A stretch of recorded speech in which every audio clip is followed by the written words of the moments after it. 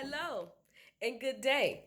This is the 5-step cure number 7. When praying, you need to create affirmations, and you don't need hundreds of them. 5. Create 5 affirmations. Use words like I will, I have, I am, I can.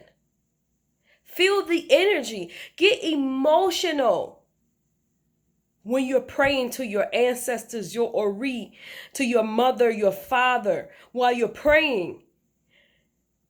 These affirmations should be powerful, should be filled with energy and emotion. This is what creates and manifests your prayers to become reality. Google some words. If you're lost for words, Google some words.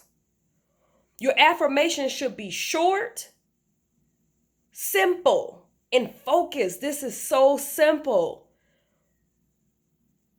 Just do it. 5 affirmations. You make 5 powerful affirmations. And in the last tip, I told you about your sacred space. You put those affirmations in your sacred space until you learn them like the back of your hand. And that is my pushing point for today. Enjoy the rest of your day.